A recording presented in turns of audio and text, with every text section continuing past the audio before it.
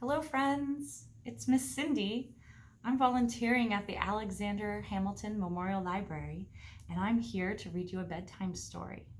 This one is called Otis. It's by Lauren Long.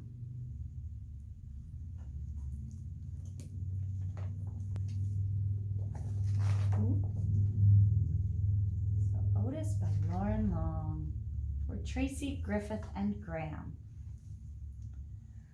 There was once a friendly little tractor. His name was Otis, and every day Otis and his farmer worked together, taking care of the farm they called home. Otis liked to work.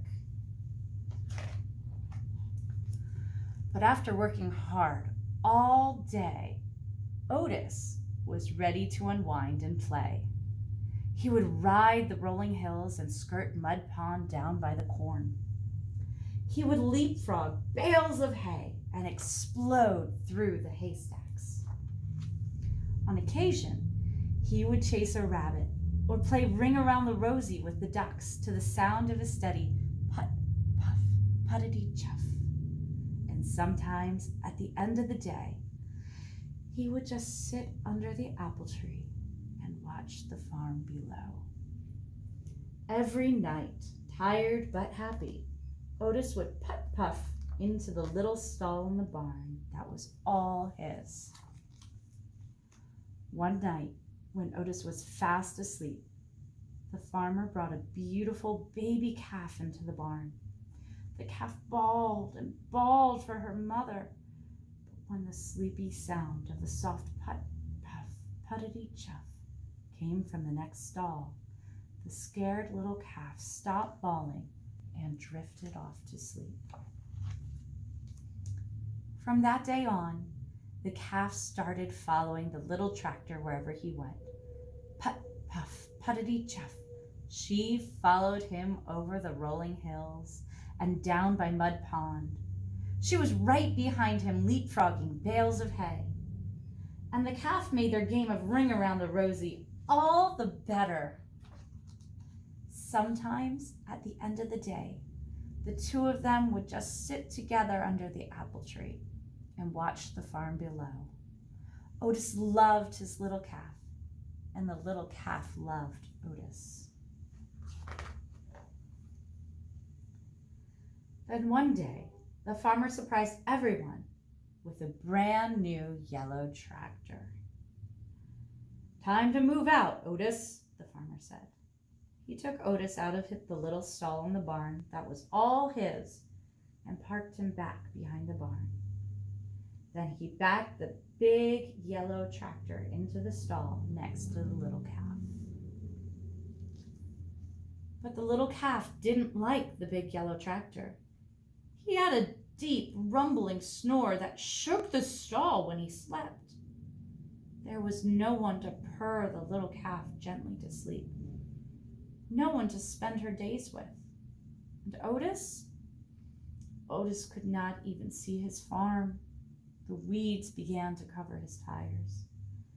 His friend often sat with him, but she could not get him to play like the old days. It was early summer when the farmer discovered a poster. "Who is the prettiest calf in the land?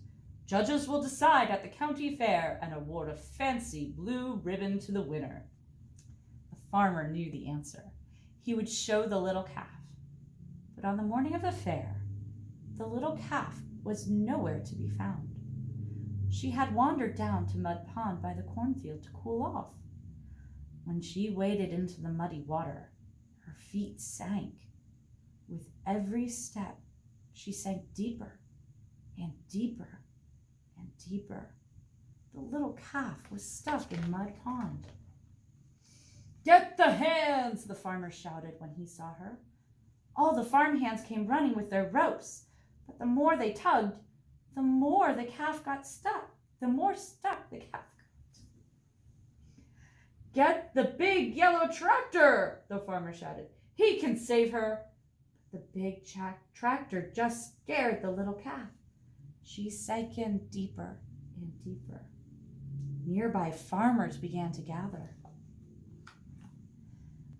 "Then call Fire Chief Douglas and the fire truck," the farmer shouted. "They can save our little calf." But the sight of the big red fire truck startled the little calf in even deeper. The farmer was fit to be tied if the farmhands and the big tractor and even Fire Chief Douglas and his fire truck couldn't save the little calf. Who could? Suddenly, the little calf's ears perked up. Over the hum of the growing crowd, there came a faint sound in the distance, a soft rhythmic purr, put, puff, puttity chuff. The crowd turned and looked.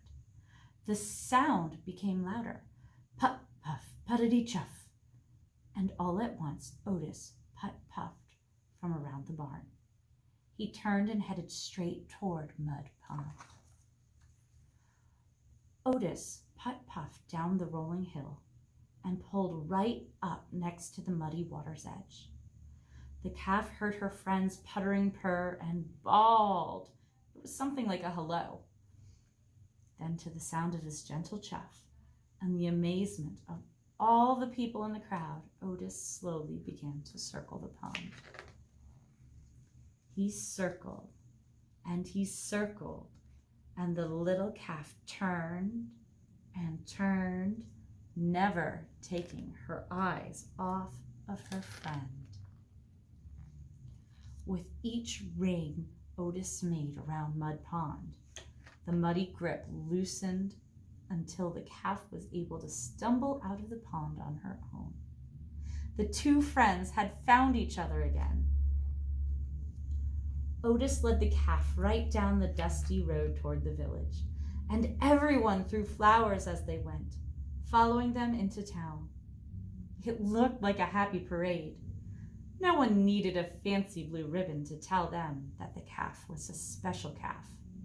Otis was a special tractor, and the two of them were special friends.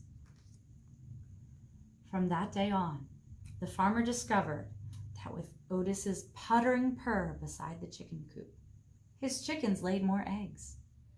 And at milking time, with Otis's gentle chuff nearby, his cows produced more milk. On occasion, Otis even got to join the farmer and the big yellow tractor out in the fields. But often, at the end of the day, Otis would just sit with his friend under the apple tree and watch the farm below. The end. I love Otis, don't you? Well, if you like this book, you can find Otis and other books like it at the Alexander Memorial Library. Thank you for inviting me into your home and allowing me to read with you. I hope you have a great night. Good night.